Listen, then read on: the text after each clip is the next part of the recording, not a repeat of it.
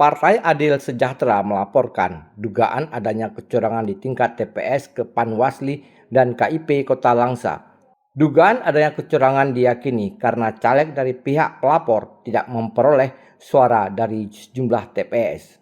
Ketua Partai Adil Sejahtera Kota Langsa, Muzakir, mengatakan hari ini pihaknya datang ke Panwasli Kota Langsa untuk melaporkan dugaan adanya kecurangan di sejumlah TPS dan juga menyerahkan semua bukti-bukti yang ada. Untuk itu pihaknya juga meminta kepada Panwasli dan KIP untuk dilakukan penghitungan suara ulang. Yang pertama sekali kami datang kemari mengantar para pemilih-pemilih Partai PAS baik di DPRA maupun di DPRD.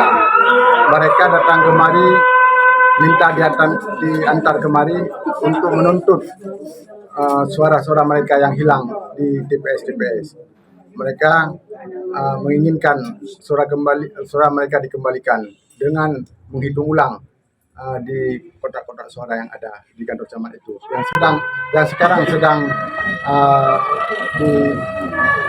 dihitung. Maka perhitungan C1 yang sudah salah itu memang perlu dihitung ulang, perlu dibongkar kotak suara itu. Terkait hal tersebut, staf penerimaan laporan Panwasli Kota Langsa, Rizka Amanda, mengatakan Panwasli akan menindaklanjuti dan memeriksa bukti-bukti yang telah diberikan baik formil maupun material, untuk kemudian akan dilakukan rapat pleno guna mengetahui hasilnya. Selanjutnya terhadap laporan yang disampaikan oleh Partai PAS, Ketua Partai PAS kebetulannya, nanti akan kita tindak lanjuti dan kita periksa terkait bukti mengenai bukti formil maupun material. Selanjutnya akan dilanjutkan dengan rapat oleh Bapak Ibu Komisioner dan diambil langkah keputusannya untuk diregister ataupun tidak diregister.